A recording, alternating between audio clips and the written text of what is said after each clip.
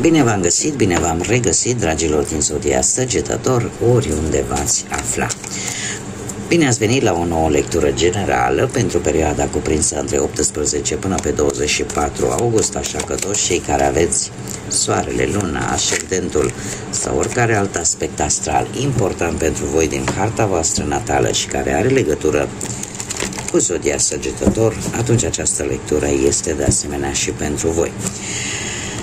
Desigur, înainte de a începe lectura, trebuie să vă reamintesc că este o lectură generală, nu toată lumea se poate regăsi, voi sunteți cei care vă construiți viitorul prin intermediul deciziilor, alegerilor voastre, așa că vă rog să luați decât acele informații care rezonează cu voi, iar restul lăsați-le să zboare în univers, pentru că sigur sunt pentru alte energii care într-o mai mică sau mai mare măsură au legătură cu Zodia Săgetător. Și haideți să vedem care este energia săptămânii cuprinse între 18 până pe 24 august inclusiv a dragilor mei din Săgetător sau cu legături importante cu această zodie. Care este energia dragilor mei din Săgetător? Și avem un 6 de apă, dragii mei dragi. O nostalgie a trecutului îndepărtat, a copilăriei, a amintirilor, o energie de reîntoarcere în trecut, reîntoarcere la locuri, persoane din trecut, poate reîntâlniri cu amici, cu foști, cu foste, cu familiari, reuniuni, de asemenea poate cu foști colegi de clasă, da? Sau poate pur și simplu acea energie foarte creativă. Da? Foarte creativă. Idei foarte creative. Haideți să vedem acum ce vine pe fiecare plan în parte. Cine este supărat aici așa tare?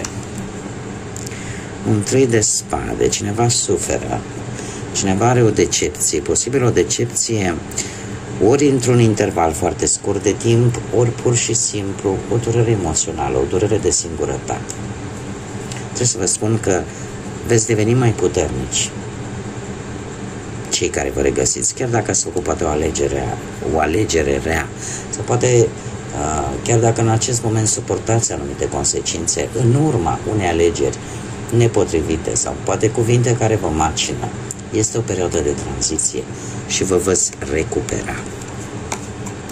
Așa că nu trebuie să vă lăsați, da? Haideți să vedem ce vine pentru dragii mei din Săgetător în perioada 18 24 august.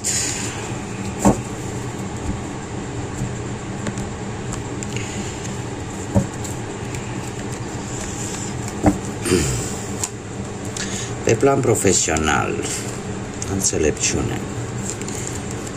Foarte interesant, dragilor. Avem, ca și zodii ce mi-apar mie aici, avem zodia Rac și avem zodii de foc, la fel ca și voi, Berbec, Leu, Săgetător. Puteți fi foarte bine și voi. Sau mai ales și care aveți poate ascendentul în Rac sau ascendent într-o altă zodie de foc sau chiar Săgetător. Care este situația pe plan profesional pentru voi, dragilor? Există anumite bârfe, există anumite invidii la locul de muncă, există anumite lucruri pe care voi le știți foarte bine și eu aș zice că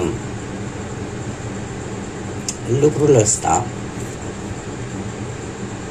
îți poate aduce surprize plăcute. Faptul că nici nu te implici, le știi, de multe ori le auzi, dar te faci cumva că nu le vezi. De ce? Pentru că există o anumită înțelepciune aici. Carul îmi vorbește de o atitudine fermă. Îmi vorbește de o atitudine și o hotărâre de a schimba într-un fel sau altul lucrurile în ceea ce privește munca, în ceea ce privește viața ta profesională. Carul vorbește de schimbare de loc sau posibil de cineva care are ceva împotriva ta și care tot vine cu aceste bârfe, cu aceste invidii și încearcă să te discrediteze într-un fel sau altul. Totuși acest cavaler de bâte mie îmi spune că săptămâna se încheie cu schimbări majore. Eu aș spune că majoritatea sunt pozitive. E posibil ca unii dintre voi să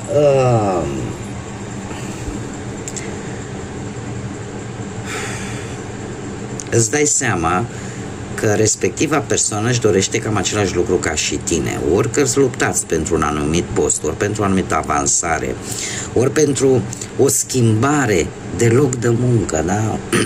Undeva mai la distanță. Cumva există această rivalitate. Și de aici toate aceste bârfe, toate aceste invidii. Poate că de lucrul ăsta o să vă dați seama cel mai bine către sfârșitul săptămânii. De asemenea, acest cavaler de bâte îmi vorbește de apariția unei oferte de muncă care, într-adevăr, va fi o schimbare majoră, dar cu activitate un pic diferită față de ce ai făcut până acum. Și pentru care e posibil să faci o călătorie.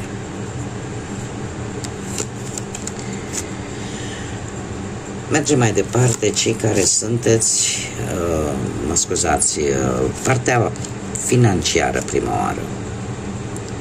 Și pe urmă vedem viața sentimentală. Deci viața financiară vine cu schimbări,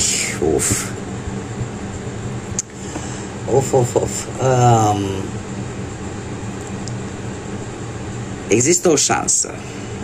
Există o șansă, într-adevăr, o șansă foarte bună de a câștiga ceva bănuți în plus în această săptămână. Doar că o schimbare bruscă de ultimă oră te va cam bloca sau va bloca desfășurarea lucrurilor pentru ca tu să obții acești bănuți. Deci că avem roata destinului. Roata destinului niciodată nu spune în ce fel vine. Ea vine că trebuie să vină, că ea se învârte. Și ceva inoportun apare în viața voastră brusc, care o să vă cam blocheze pe partea asta banilor. Și care te va obliga, într-un fel sau altul, să faci niște economii, pentru că va fi prioritar să faci acest lucru.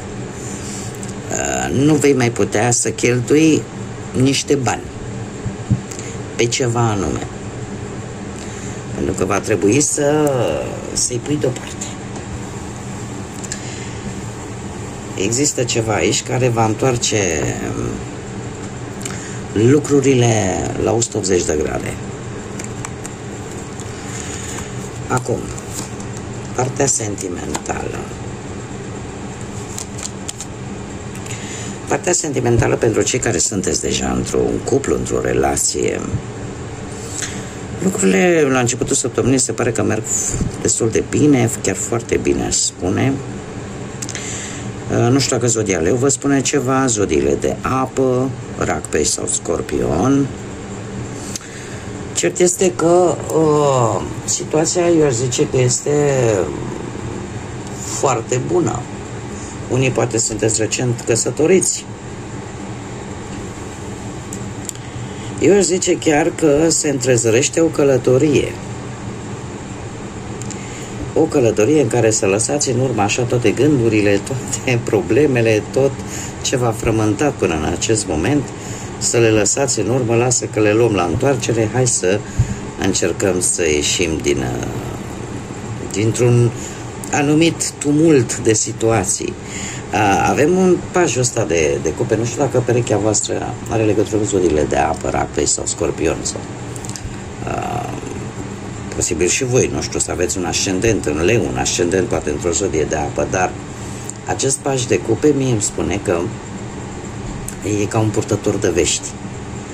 Da? E posibil ca unii dintre voi să aveți parte de o veste. De o veste serioasă, legată. Acum, adaptați fiecare. Ori devenirea pe lumea unui copil, ori că, domne, trebuie să uite, vreau să, nu știu, suntem în relație de atâta timp, vreau să ne căsătorim oficial sau vreau să ne cununăm oficial.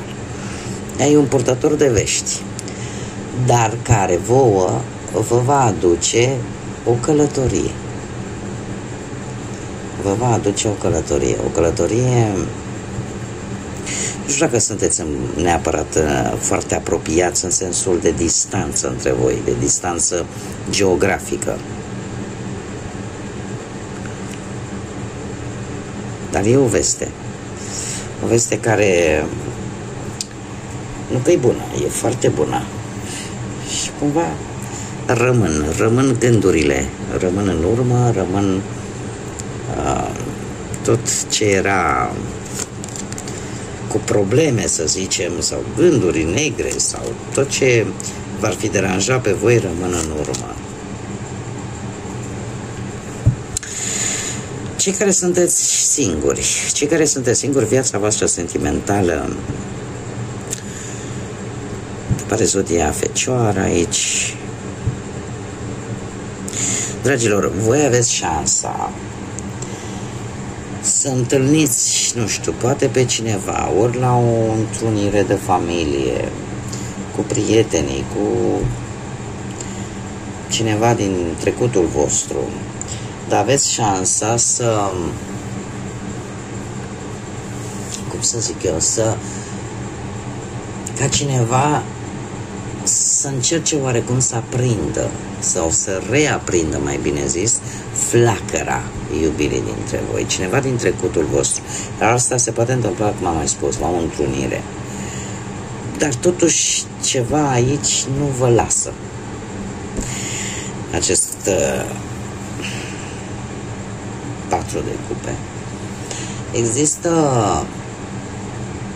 De ce? Pentru că voi nu veți acționa nu veți avea o reacție rapidă, ca să zic așa. Veți avea nevoie de timp de gândire. Un timp de gândire, tocmai pentru că există ceva din trecutul vostru de care voi trebuie să vă eliberați. Orică persoana asta, posibil să vă fi greșit la un moment dat și încă nu ați trecut peste, ori că voi aveți anumite răni emoționale care încă nu sunt complet vindecate, ce aș mai vrea să spun, este posibil ori voi, ori cealaltă energie să fi petrecut foarte mult timp singuri. Un timp în care ți-ai dat seama exact ce așteptări ai de la viață, pe ce drum vrei să o iei, cum vrei să procedezi, sau persoana respectivă să fie avut timpul necesar să-și dea seama și să analizeze foarte bine cam ce își dorește poate de la o relație. Cert este că nu o să vă grăbiți să dați răspunsul imediat. Veți avea nevoie de gândire. Pentru că voi, într-adevăr, vă doriți poate o familie, o relație sănătoasă, o relație normală, ca să zicem așa. Bine că normalitatea fiecare o vedem într-un mod total diferit. Dar mă rog, realitatea așa cum și relațiile așa cum le vedeți voi. Haideți să vedem un mesaj general pentru voi, dragilor, din Săgetător. Numărul 6. Această nevoie, cum bine vedem aici, avem și un 6 de apă, deci există această nevoie de armonie, de echilibru. Vreau să distrug ceva ce nu mai îmi folosește pentru că vreau să construiesc ceva nou. Deci această tendință de echilibrare în viața voastră, de obținerea acestui echilibru, indiferent pe ce aspect al vieții vorbim, se pare că este foarte pregnant în această săptămână. Ce ne spune? O binecuvântare în timpul somnului tău, în timp ce tu dormi. Poate că în această săptămână, în sfârșit, unii dintre voi veți reuși să vă odihniți poate mai bine, veți avea o stare de bine atunci când vă treziți, un somn poate mai odihnitor decât în mod normal. E ca și cum ai zice că cineva parcă te vechează în timp ce somn, în timp ce dormi, scuzați, în așa fel încât somnul să fie unul mai odihnitor și mai revigorant, să te trezești cu forțe proaspete. Bun, dragilor, cam atât am avut pentru voi. Mulțumesc tuturor celor care ca de fiecare dată sunteți alături de mine prin intermediul like-urilor, distribuirilor, mesajelor voastre. Faptul că vă abonați este un plus și eu invit pe toată lumea, toți cei care au vizionat acest clip, dacă v-a plăcut acest mod de a face lecturi și felul în care eu o fac, eu vă invit cu mare drag să vă abonați, este gratuit. Cum, de asemenea, vă doresc această săptămână să vă aducă împliniri, să vă aducă liniște, să vă aducă ceea ce pe voi vă face să vă simțiți împliniți. Până data viitoare, numai bine și să fiți iubiți, dragilor!